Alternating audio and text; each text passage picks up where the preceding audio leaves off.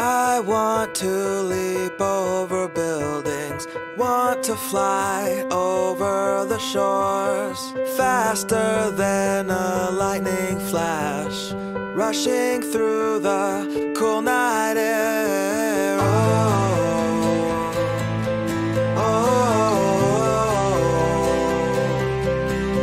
So start ignition, count to 0. I just wanna be a superhero. Hey, what's up, guys? Godspeed here at the iRacing headquarters. Some exciting news about the upcoming Rallycross World Championship.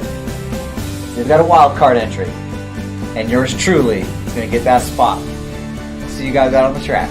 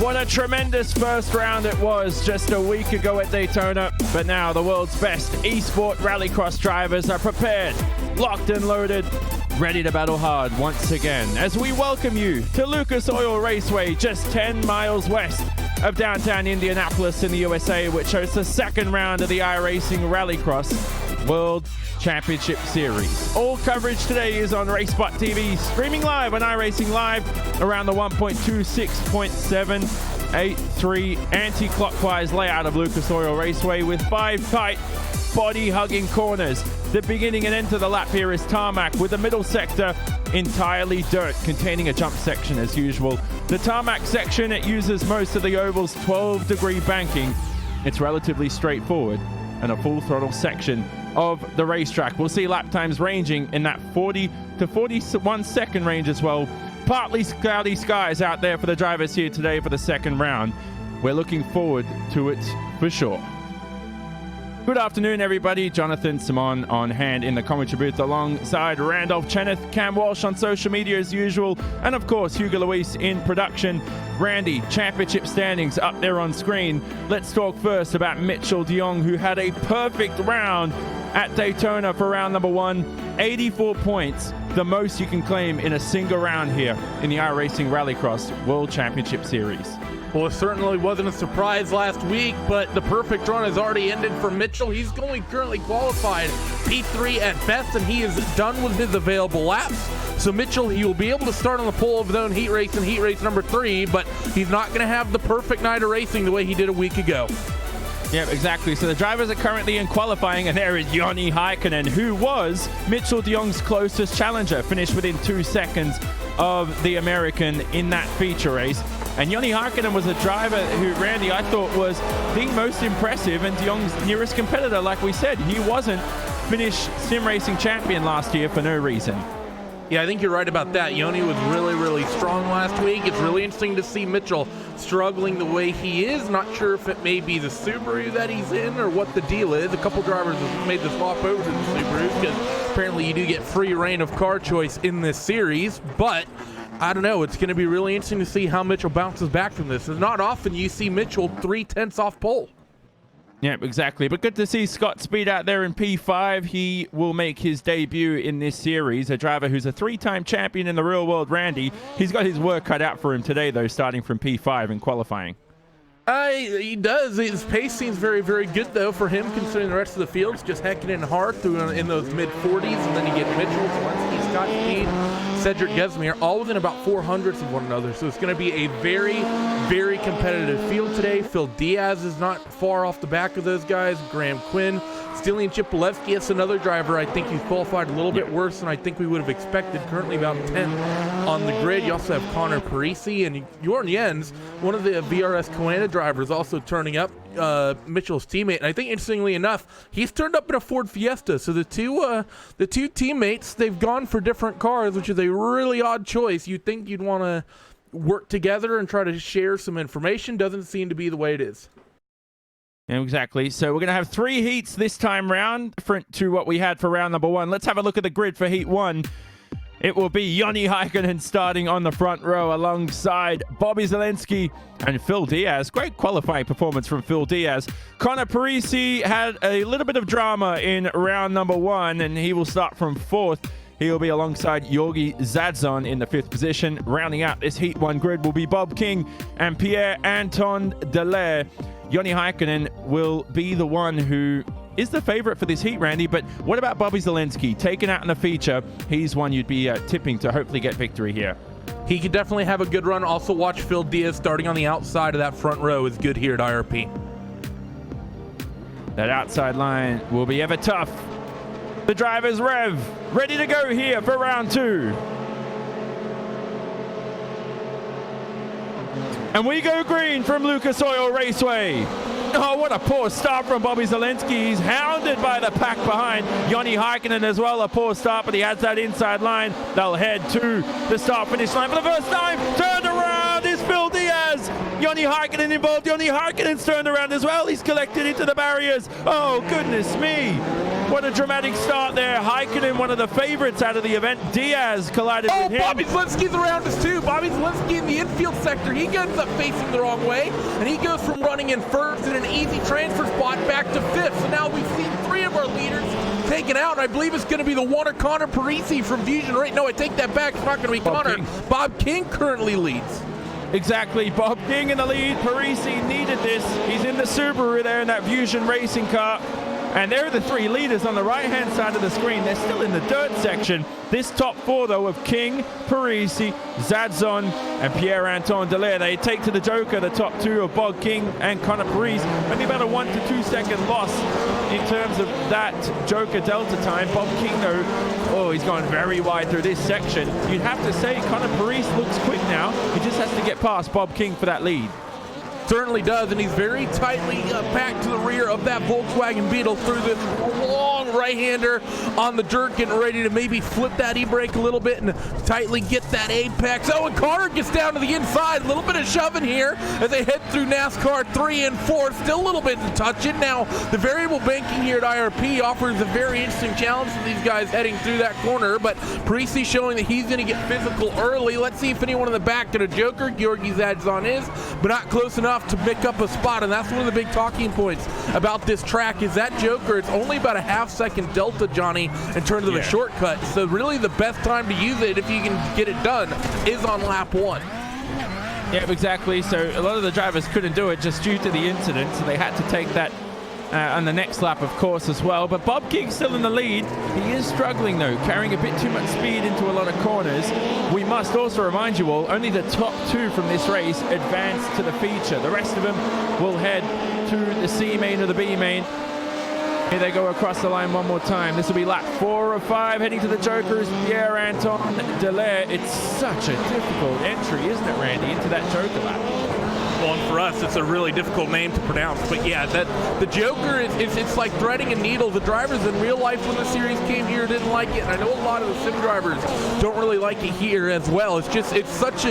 you kind of have to YOLO the entry into the Joker to get it right, and then the way it funnels down into the regular circuit, a lot of people have been very critical of that. Mitchell, of course, had some issues there in the real world, had a run-in with Patrick Sandell that ended his race early, wasn't able to make the feature when they raced here in real life, but regardless, it's a very technical circuit, and it puts on some great action here just through the first 4 or 5 laps of heat race number 1. Yeah, so final time that Bob King will head well, for the heat race at least, through this jump section here. Relatively straightforward jump here at Lucas Oil Raceway. Not as difficult an entry as we saw at Daytona, but it looks like Bob King and Connor Parisi, this is exactly what Connor Parisi needs. Bonus points for himself to head to the feature. He did not make the feature last round at Daytona. He finished 6th in Heat 1. A 7th in the Heat, excuse me. This time round, though, he'll head there, and that's all that matters this time round. Bob King takes victory for Heat 1. Parisi is through to the feature round with him. Zadzon and crew will head to the consolation races. There you can see on screen, most notably, Zelensky, Diaz, Jani Heikkinen, no, Randy. Not only did he collide, but he finished last in that heat. Here we head to Heat 2 here. Yeah, and not only that, to have Bob King, I think Bob King is a surprise winner from that heat race. I think if you would have said Connor Parisi, Georgi Zadzon, that would have been a good call, maybe even Bobby Zelensky, but Bob King, that's a standout drive there. In this second heat, Johan Harth along with the Scott Speed in second. Graham Quinn will start on the outside line. Jorn Jens and Nathan Lyon. Jorn Jens making his debut in the Rallycross World Championship. They'll be followed by Logan Clampett and Michael Guest for this Heat 2 grid. Waiting for the lights to illuminate. 5 laps of action. 1 joker available to the drivers, of course, as usual. And we go green for Heat number 2. Graham Quinn, excuse me, slow on the outside line. Scott Speed, though, what a start from him. He's all unscathed there, heading across the start-finish line for the first time.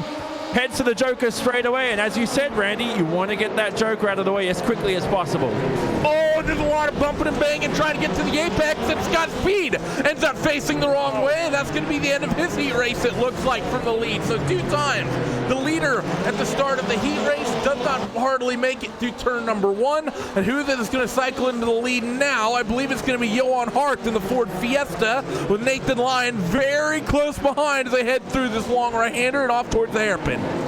Yeah, whoa, Nathan Lyon on 2 wheels there, heading through the corner. He's in the second position.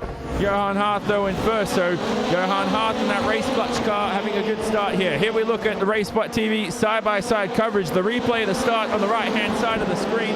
Let's have a look here once again. So Speed will come through to the joker.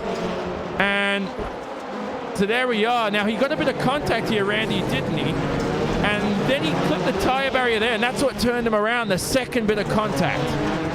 I think everyone had a little bit of contact going through that first 90-degree left, which the way that's exactly why a lot of people aren't a huge fan of this track. Just the way that joker funnels down on the opening lap just stacks everyone up. But you're absolutely right. He just clipped his right rear right up against the wall, and that was really the straw that broke the camel's back there for that little spin. But regardless, we now have Johan Hart out in front of this field and leading in that Ford Fiesta from Team Race Clutch. The next is Esports is Nathan Lyon in second. Graham Quinn having a solid run in third with Jorn Jens in very close pursuit behind. Oh, and Jens turns Quinn around, and Quinn now has to engage reverse too close pursuit.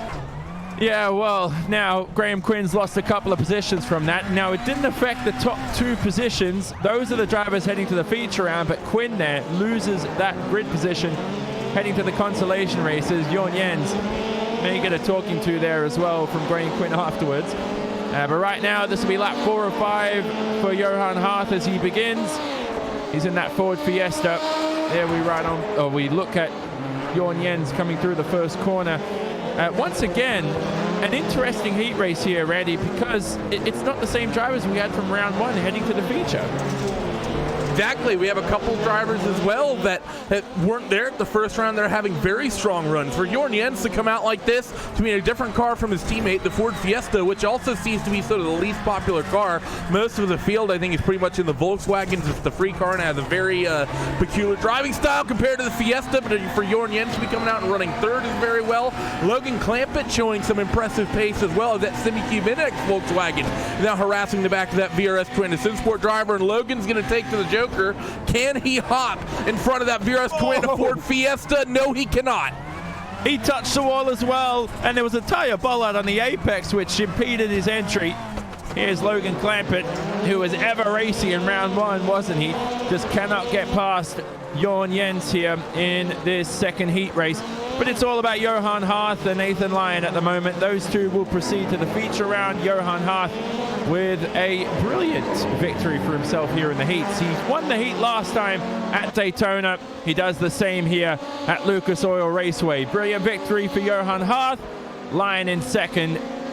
Jorn Jens, there he is on screen, edges ahead of Logan Clampett. And a brilliant race once again.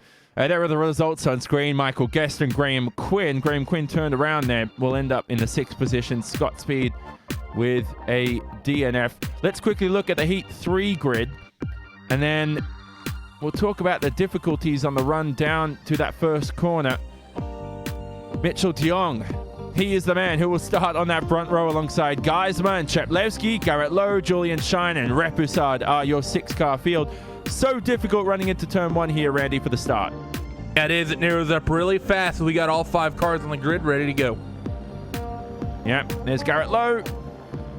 He's on that second row alongside Julian Shine. What can Julian Shine do? We want to see more out of him this round. Didn't get the best of round 1 starts. Green flag, though, for heat number 3, the final heat. De Jong speedy on that inside line. Cedric Geismer has the momentum. Bomb drafted by Stelian Cheplevsky. Here they go across the start-finish line for the first time, and de Jong will be able to take that joker lap and get it out of the way early on here. Into turn number 1 for the first time. Oh, not clean this time round. Cheplevsky and Geismer had a bit of contact. Cheplevsky is going to be demoted to 5th here at the start. Now we can see Stillian working at his onboard cam. A little bit of contact once again. That sends Stillian off to the right. 3 wide nearly as they go up and over the jump as Cheplevsky and Repoussard are going to stay side by side, and Cheplevsky's going to try to get it under Cedric as they all are now going to funnel down into the hairpin. I'd be very surprised if all the cars end up facing the right way after this, and Cheplevsky's going to be the one facing the wrong way. Yeah, so you can see on the onboard cam, Cheplevsky had all his work cut out in the steering wheel. He's now in last position for this heat. Oh, he was working that wheel to the max there on the first lap. It'll be Mitchell de Jong leading, though, ahead of Garrett Lowe. Cedric Geismer will be in 3rd after, well, he was 2nd there at the start, so only lost 1 position in the end. Repoussard 4th. Julian Shine and Stelian Cheplevsky, though. Cheplevsky in that Fusion Racing car, one of the popular teams in Rallycross, right now struggling here today with Cheplevsky. Yeah, unfortunately, he's not having a great opening first couple rounds, and definitely this heat race not the way he wanted to go, but maybe he can find a spot or 2 to pick up. Not sure. He's got Julian Shine out in front. Had a handful of damage. We're now going to switch over to his VR cam, running side by side, but hopefully he can make something of it, because I think we want to see more of that side-by-side VR cam here tonight. Yeah, exactly. So here we are. They're riding on board with Cheplevsky on the left-hand side. Garrett Lowe, though, he's in the 2nd position. He's very close here to Mitchell de Jong, and I'm just keeping one eye on this because I know that both of these drivers will make it through to the feature, but Mitchell de Jong right now looks extremely big.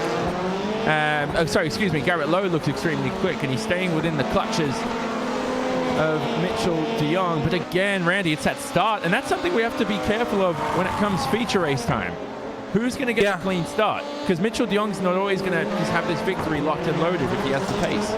Well, the thing is that we haven't really talked about it, the variable banking in NASCAR's 3 and 4. We talked about it in race trim, but at the start, for those who are unaware, on an oval like this in North America, the bottom of the track is actually flatter than the top of the track, and the middle is sort of in between. It's got variable banking. You see a lot of ovals in the United States that use that, and they use it here at Indianapolis Raceway Park. So because of that, it's not unheard of that the car on the outside line actually gets the preferred line through that long 180-degree left before it comes down the front straightaway for the first time, and that's why we get that funneling effect, and why so often that car on the far end side doesn't get a great run, because they have to turn a tighter corner and they have to do it on a flatter surface, and the banking just doesn't work with them. So it's going to be interesting to see what happens in the feature and in the C and B main, as these guys are going to be fighting hard to try to see who can transfer. There's a total of 4 spots left up for grabs. Yep, exactly. Mitchell de Jong, though, you saw him on the main straight last time, etched closer and closer to the wall each lap round. Look at the dirt there. In work. De Jong once again. Oh, he's so close to the wall. I start clutching here in the commentary booth. Here he is, though. Crosses the line. He will win Heat 3. Again, a perfect round for Mitchell de Jong. Cedric Geismer will come home in 2nd. He advances to the feature race as well. Garrett Lowe in second. Timing screen played up there. Cedric Geisler's in third. Tony Reposad in the fourth position. Julian Shine and Chep Levski in the end finished fifth and sixth. Two drivers who desperately need some vital points this round coming. So now, Randy, we already head to that C main. We'll have a look at the grid. It will be Georgi Zadzon in the first position alongside Cedric Geismer, who will be able to race straight away. Logan Clampett will start on that front row on the outside line, followed by Zelensky, Shine, Guest, and Heikkinen. This might be the best C main grid of all time. And to think five of these guys are not going to make this main. You got Logan, Bobby, Julian, Guest, Heikkinen. Those drivers are all worthy. Cedric and Georgi. All 7 of these guys should be in the feature, and none of them are currently. Yeah, I'm loving this round as well. And I'm glad that we had an extra heat races to go with it. Turn number 1 will be difficult. Lights illuminate for the first consolation round. And we go green again from Lucas Oil Raceway. Top 3, I'm not sure who's in the lead here. It looks like Logan Clampett on the outside line has the momentum. Will he over to the low line and take that joker? He does. Heading into turn 1, what a start from Logan Clampett. They head into turn number 1. Other drivers joining the joker as well. Looks clean so far, and I think drivers have learnt their lesson. That's why they're all in this consolation round. A lot of them were involved in incidents heading into that first corner. That's about as picture perfect of a start as Logan Clampett could have ever hoped for. Cedric Geismer does a good job to funnel into second as well. Who's that? All sorts of sideways through that long right-hander. Michael Guest really hooning it through there. They all funnel back down for the hairpin. I think everyone's going to get through it clean for the first time. But Bobby Zelensky is going to hound the back of Cedric Geismer as they head down this front straightaway. Look for Bobby to hit the joker right here, right now, and he should be able to pick up this second spot. But he has to get this run absolutely perfect, side by side. Bit of contact, bit of margin, and they're going to stay side by side in towards this left-hander at turn 2, and Cedric Geismer is going to hold on to the spot. Cedric Geismer, a privateer, the season contact. There, that's Julian Shine turned around. Exactly what he didn't need in round 2 of the iRacing Rallycross World Championship. Oh, and he can't even get back on track. This is comical for Julian Shine. Again, he's going to... big pile up in the hairpin. Joni Heikkinen just attempted a big move, and Georgi Zadzon and Michael Guest both got involved in it. I think Joni just didn't hit the brakes. Maybe some retaliatory action there, but a huge incident down at the hairpin. So replay on screen. Oh, Heikkinen barged his way through. That's the frustration kicking in for Joni Heikkinen. He finds himself in 4th now after that with a slight bit of damage, but that Nexus Esports car of Michael Guest will not be happy with that at all. The same for Georgi Zadzon. Top 2 from this race, though, will head to the feature. It looks like Clampett and Geismer will get that done. Bobby Zelensky, though, is proving his case here. Oh, into the wall is Clampett. Clampett's touched the wall there on the exit of the hairpin. Will that allow Geismer a little bit of a run here on the main straight? Lap 4 or 5 begins. Logan Clampett for World Championships this season. The story for him has been mistakes. It's been that in the NASCAR Pete Canty-Freeze iRacing Series. He should have a win, if not 2, but a couple intriguing strategy calls and just unfortunate luck hasn't gone his way. Most of this come from mistakes. And for Logan to be running in like this in a transfer spot right now, to make a mistake here and continue that trend would be disastrous. As Bobby Zelensky coming off a win at Sonoma in the Pete Canty-Freeze Series, he wants to get to the feature at least. He puts the pressure on Cedric Geismer to the hairpin. The Cedric's going to hold on to P2. Going to have 1 lap remaining here. Bobby's lost a lot of ground after that fight going through the hairpin. I'm not sure if he's going to be able to make a move. It's going to be, well, final lap here. There aren't many opportunities left for Bobby Zelensky. He needs a top 2 result to head to the feature round. He was turned around in the feature round at Daytona. Didn't claim the points that he needed. And here at Lucas Oil Raceway, it could be even worse for the American. Logan Clampett up ahead, only turned 18 just a month ago. And you can see these young men who are ever quick still make a little bit of mistakes there. Again, another mistake for Clampett. Although I think he'll still have the track position here. Hey, wait a second. Cedric Geismer is going to be alongside Clampett across the line. No, he turns him around though, but they cross the finish line and both of the top 2 will head to the feature. It is game over for Bobby Zelensky, Joni Heikkinen, Michael Guest, Georgi Zadzon, and Julian Shine. that is, I mean, there's tears through my eyes just saying all those names. It's the end of their event for round 2. If Cedric had spun Logan, that would have been probably one of the most interesting decisions ever, because Cedric had a transfer spot lined up. I'm sure Bobby Zielinski would have appreciated, though. But all that drama, and we still have another feature, we still have another last chance qualifier with a lot of big names in it. Yeah, no, I think all 24 drivers qualify for this series are big. So Jon Jens, Pierre-Antoine Dallaire, and Tony Repisard will head that front row, followed by Graham Quinn, Philip Diaz, Stelian Cheplevsky, and possibly Scott Speed, who will start from 7th. So, ready for this final consolation round. The top 2 once again will head to the feature. Green lights to illuminate. Jon Jens needs a good start here. We go green once again for the B main. And exactly that for Jon Jens. Brilliant start for him, although he runs very deep here, heading into that final corner at Lucas Oil Raceway. Now he has the lead, heading to the Joker. A gaggle of drivers. Almost a bit of contact for Pierre-Antoine Dallaire heading into the Joker. Oh, huge calamity into turn 1, and there's a roadblock there. I don't know if anyone's made it through. That's the whole B main. Stealing Chipolewski from last on the grid. He's going to cycle into the lead. Graham Quinn in second. Scott Speed disconnected after the disaster in his heat race. He should have stuck around. You never know what's going to happen, because he would have cycled into at least second or third. Oh my goodness. I'd love to see an onboard of Cheplevsky surely smirking at this stage.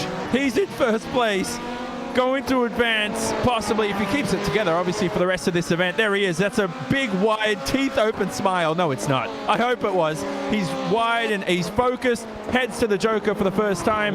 Graham Quinn finds himself in second, and it's Diaz, Jens, Repisard, and Anton Dallaire.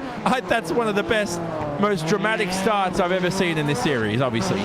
Yeah, it definitely is, and you're going to see Stelian Cheplevsky and Graham Quinn pretty much just cruise around. We're going to get a replay of that at some point, but my, oh my, your top 2, they have, I mean, it's a 2-second gap between Stelian and Graham Quinn, then it's a further 9 seconds back pretty much for the 9-car of Phil Diaz. Your top 2, Johnny, it's going to be pretty much a 5-lap just pacing situation here, because those 2 are not going to push too hard, having a transfer spot locked up like that. That's the biggest disaster of a start I've seen in Rallycross across 2 seasons of Dirt Night, and then now this round of the World Championship. That was a cluster. Yeah, look at the replay here. Slow motion image of Jon Jens and one of the Fusion cars. Oh, Jon Jens was turned around. I think that was by Pierre-Antoine Dallaire. Oh, no, excuse me. Dallaire was on the outside. Yeah, excuse me. It was Graham Quinn who turned him around, and Dallaire was a sitting duck on the outside. And car turned over was Pierre-Antoine Dallaire there. Could do nothing about that. He's out of this event, along with Scott Speed, who didn't start the event. Tony Repisard's also out of the event. Jon Jens is out of the event. It's a 3-car field. And it looks like Philip Diaz has no chance of battling with the top 2.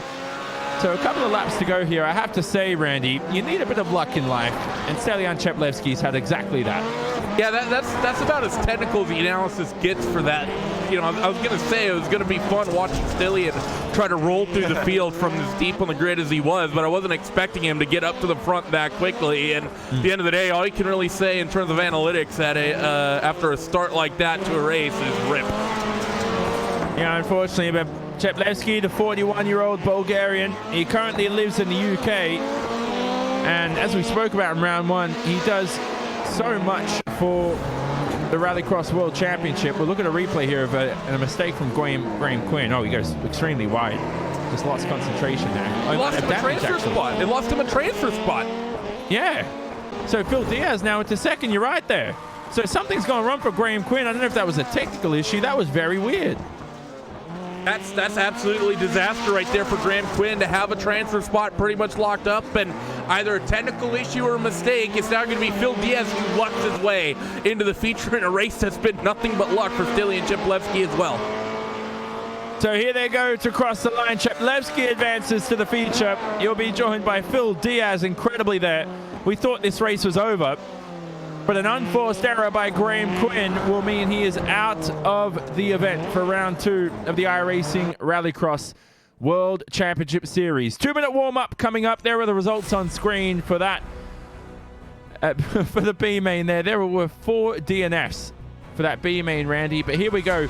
2-minute warm-up. Let's catch our breath for a second and talk about how this track, heading into turn 1 for this feature, this could possibly decide the race here on this first lap. It could, especially with, I mean, what an interesting qualifying group. Bob King is the surprise of the day for sure, starting on the outside of that, or excuse me, the inside of that front row. We know that's generally not where you want to be. Johan Hart starting in the middle. He could have something going, and Mitchell de Jong on the outside.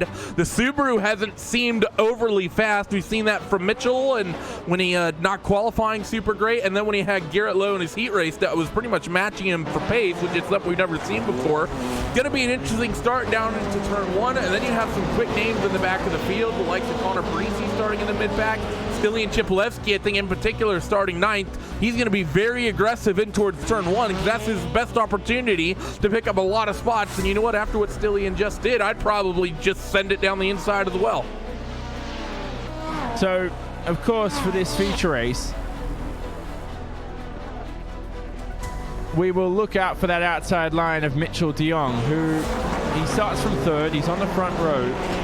Ever important for him to get a quick jump here. But of course, Bob King and Johan Hart are no strangers to great starts. That's why they find themselves in 1st and 2nd. Yeah, I mean, I mean, Bob King is going to be interesting to see what he can do, because I don't think we ever saw Bob King run these Rallycross cars on dirt night. We'd see him in the sprint cars occasionally, but we've never seen him in the Rallycross stuff. So for him to be starting on pole of a World Championship feature event here, just the 2nd round, is mighty impressive from him.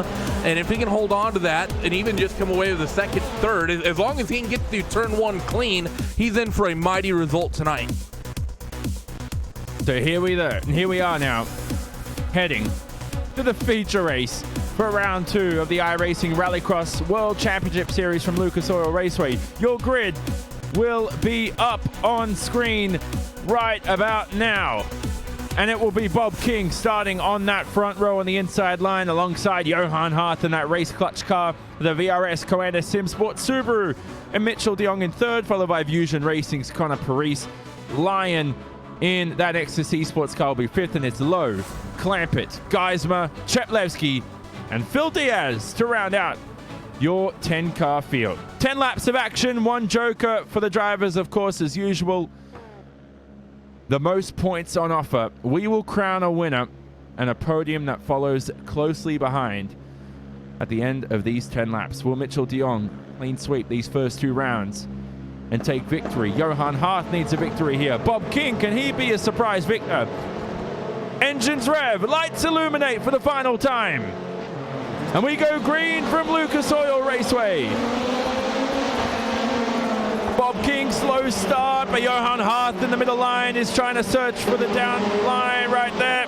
Almost taps Mitchell de Jong. Mitchell de Jong with a blistering getaway, and he heads to the joker on the first lap. The Nexus Esports car there of Nathan Lyon there. Yep, he's in 3rd position, so doesn't take to the joker, and a bit of contact behind for the rest of the field, but relatively clean so far.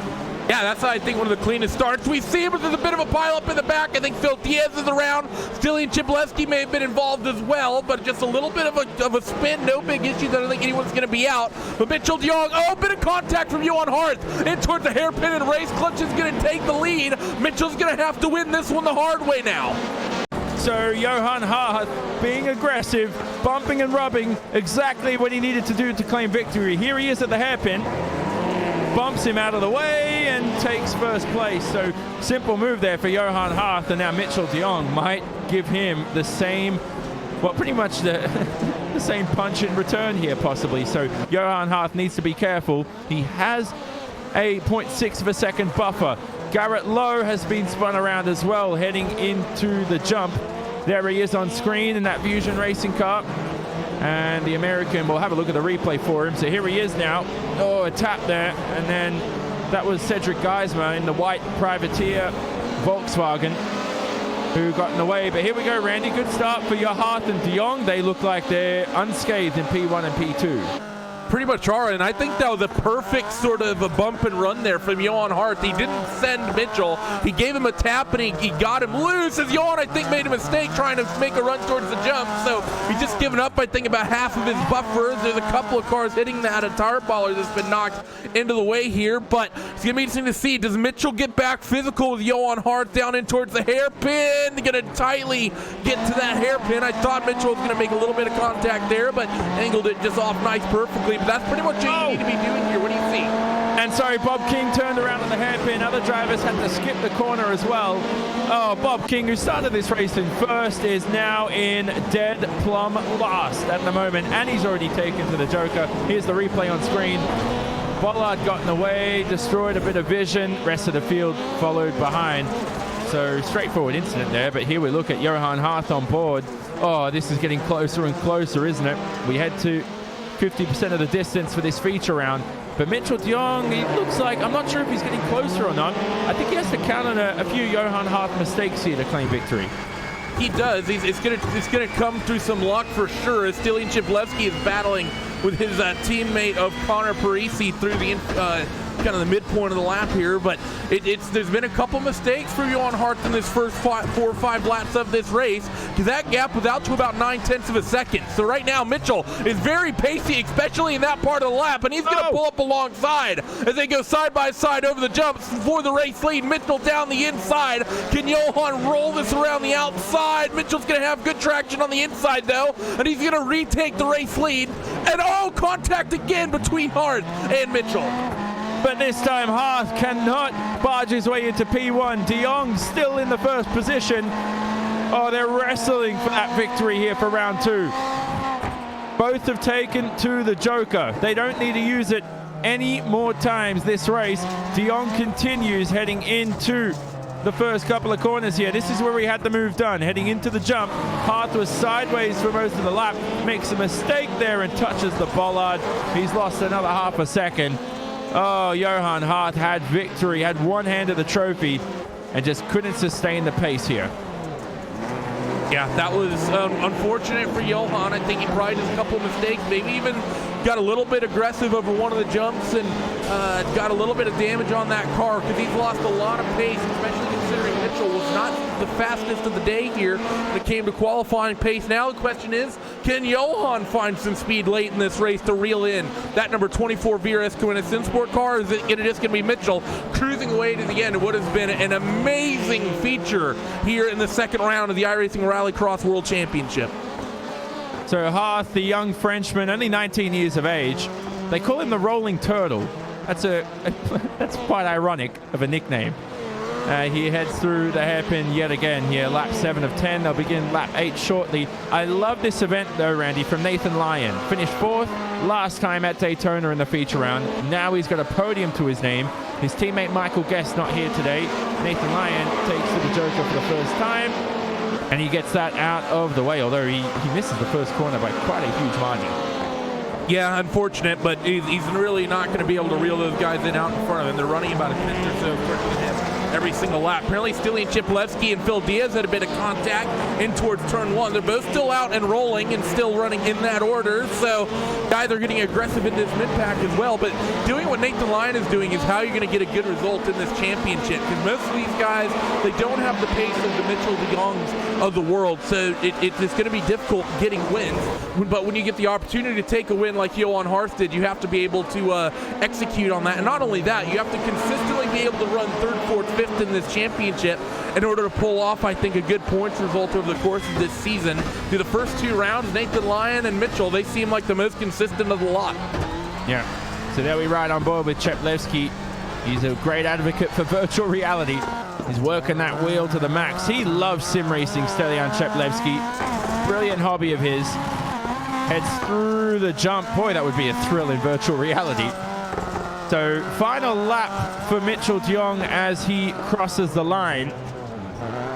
And he's got that lead of 1.666 seconds the last time I checked. Now, if you're part of the Illuminati, you may want to look away if you're not.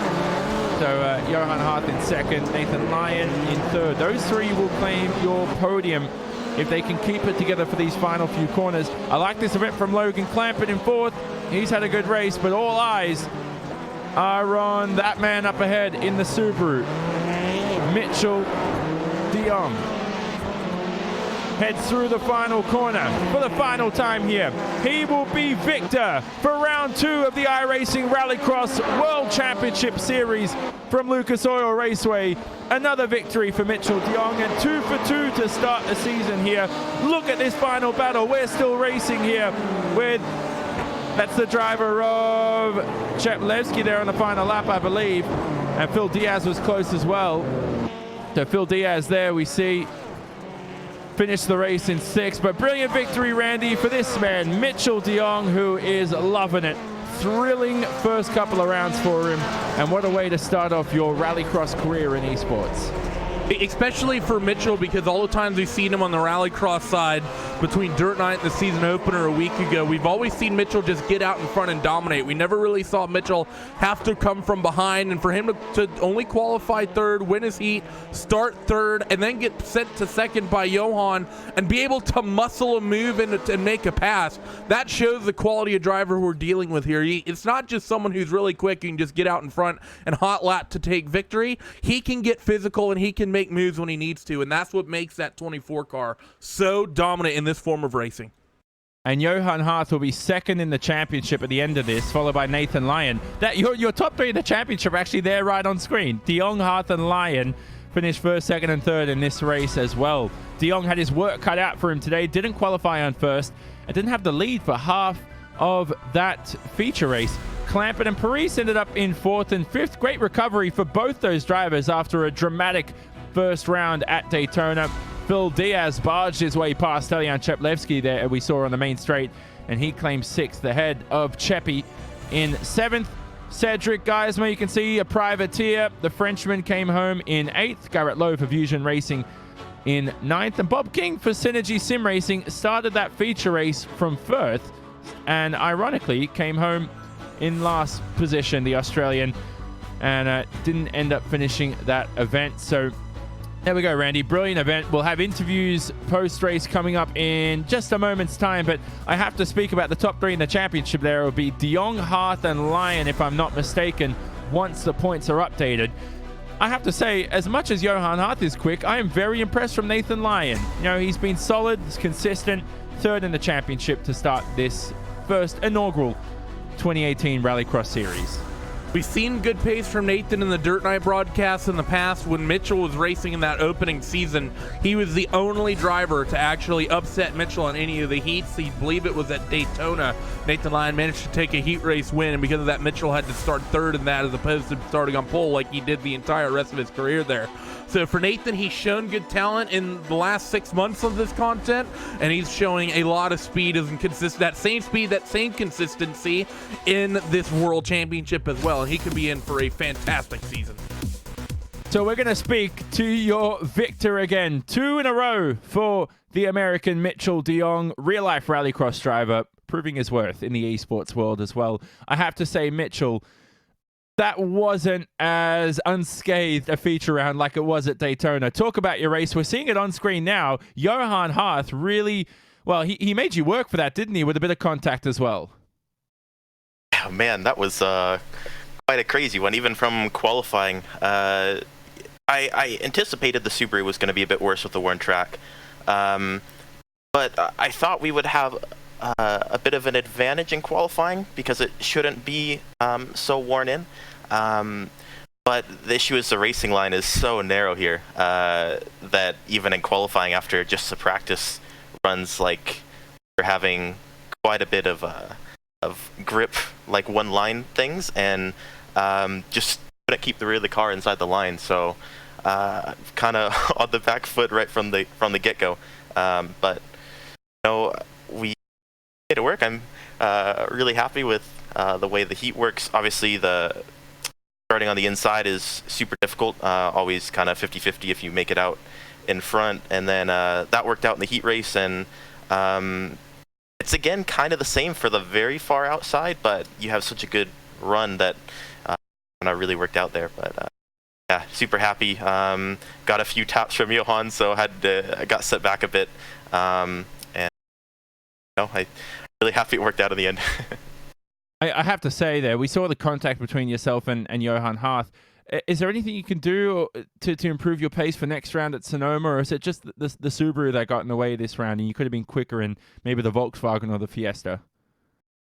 I think another car was probably the preferred one here, either VW or the Ford. For the fact that it's really good when the track is fresh, but it's always a bit of an unknown when the track gets worn in. Obviously, this is the track that I would think suits a bit more, but guessing the track conditions like this, you just can't really do that till the actual race. So you play a bit of a guessing game, and I think I got it a bit wrong this time. So just test a bit more for next time, and right choice. So overall wasn't so bad. And final time, give your thank yous out to the team and your family and all the people that contributed to this one victory here today. Oh yeah, thank you. For one, my teammates for supporting me for this, and it's tough for the Europeans for this with the time zone. But it was nice to have Jorn back racing again. Unfortunately for him in the consolation that happened to him, but. It was nice to have a teammate again for this, and all our partners, Virtual Racing School, Huizinfeld, and Word Design, SimQuip, FEC, Real Timing, and of course, you guys for broadcasting this for us. No problem. There you go, everybody. Mitchell de Jong, your victor to start off this Rallycross campaign, 2 in a row for himself in the World Championship. Randy, you're going to be speaking to the driver of Nathan Lyon, no Johan Harth here today. I have to say one thing, Randy, is that Mitchell de Jong, ever so dominant, but this man, Nathan Lyon, here you're about to speak to, has been one of the most consistent starts we've seen to a World Championship, any form of motorsport. Yeah, it definitely is. And Nathan, how are you feeling about that to finish so strongly in the first opening couple rounds? We saw you be very consistent in the dirt night stuff in the past. And what's your approach that helps you be so consistent in that Nexus Esports number 47? Just show up early in practice, get some laps in. Those practice sessions where the track's worn out from everyone racing in it, it's really good practice because then you know what to do in the feature races, you know where the grip's at. So you're able to use that to your advantage. And I'm talking about that when Mitchell was talking about the track getting worn in. What really changes? We're used to seeing the dirt oval stuff where a track gets worn in and it just gets really, really slippery after cars run on it lap after lap after lap. How does the racing lines change, and how does the car's behavior change as that track gets more and more worn in? The car gets really slick on entry. It'll just kick out, so you have to hold the wheel really straight and make sure it doesn't kick out. And then it gets really tight through the dirt sections because the lack of dirt and the more concrete just makes the car want to go straight. So you got to use a lot of wheel in order to make the car turn. Sonoma in a few weeks' time, how your luck feeling there? Of course, most of the tracks we have are pretty much infield road courses on an oval. That really being a proper kind of standalone road course. A lot of elevation change. How do you like it compared to the rest of the tracks we have? It's awesome. It uses a lot more dirt, I think, too. It's a bigger track, so there's definitely more of an approach to it, a lot more wider corners, especially that first or second or third turn where it's at that long dirt. It's really hard to get that right. You really got to make sure you hit your apex each and every time. But it's a really fun track. You have a lot of passing opportunities, so it's really good racing. Congratulations, Nathan, to you for starting the season out so well. Before we let you go, who gets it done for you over at Nexus Esports? Justin Rowden at Rowden Graphics for painting the awesome car. Bobby and Clampin and Guess for always running laps and testing together. That's it. There he is, Nathan Lyon, coming home with a strong third-place finish, and I think someone were a little bit surprised to maybe see this far up the order. Johnny, you're stood by with Mr. Clamp Nation himself.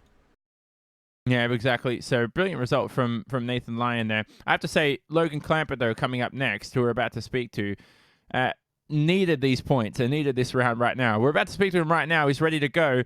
Logan Clamper, came home in fourth in that NX racing car. Can I just say quickly, this was a less dramatic round for you than Daytona. How did it feel to be out of a little less drama this time around?